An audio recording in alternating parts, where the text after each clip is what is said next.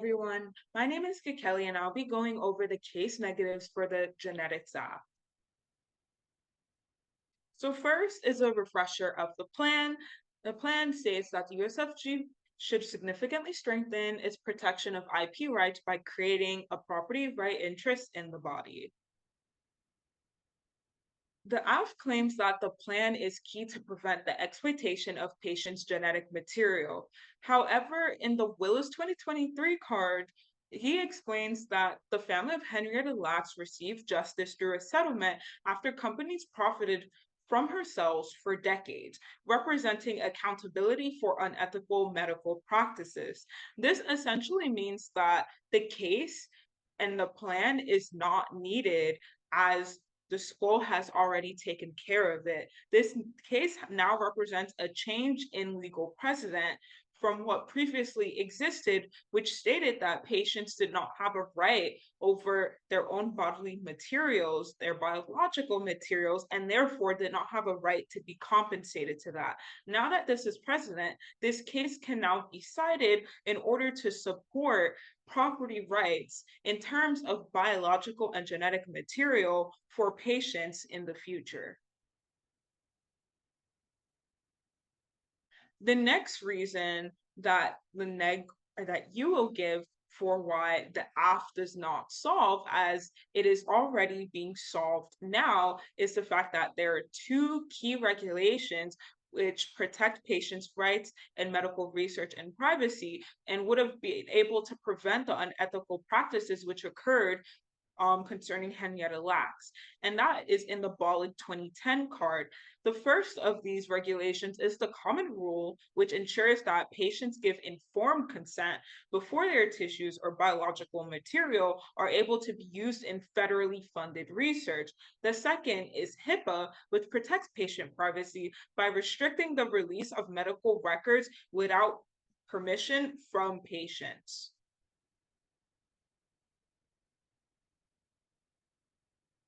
And the third reason why the app is not necessary for the research advantage and in being able to solve it is that Henrietta's Lacks case was a rare one, as her cells were uniquely valuable for research and their ability to be replicated, and which led to a rare ethical legal concerns regarding consent, privacy, and compensation.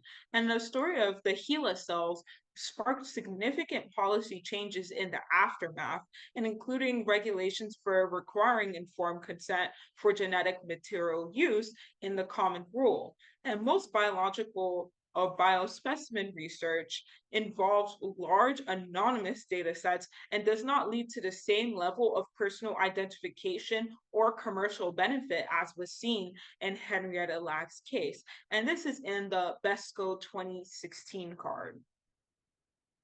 Next is the case negs for the vaccination advantage.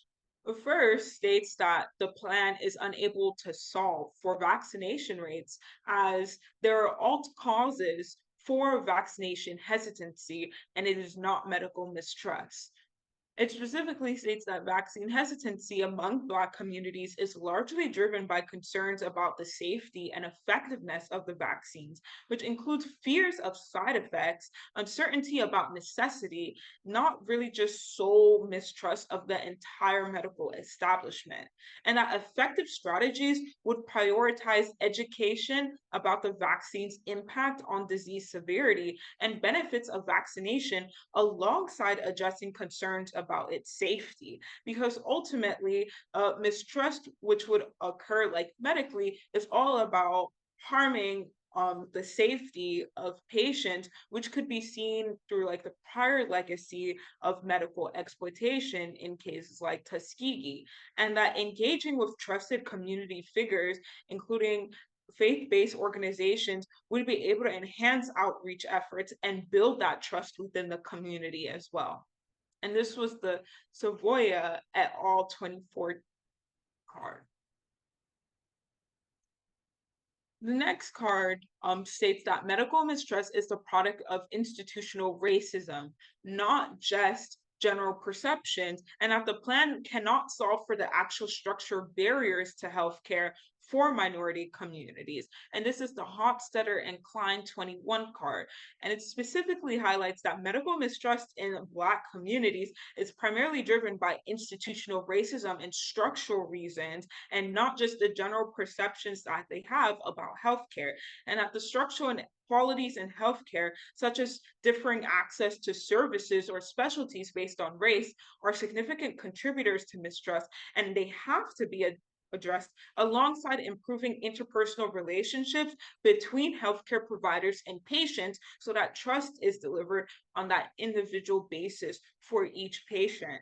And that structural issues like unequal access to specialty care are one of the big drivers for worsening health outcomes for Black patients, and that solutions should focus on dismantling barriers to related to income, insurance, transportation, and ensuring equitable access to healthcare and clinical trials, not essentially amending IP laws in order to expand IP protections to genetic material or biological material. You would essentially argue that the plan is approaching this problem that they've identified in this quote in the completely wrong manner.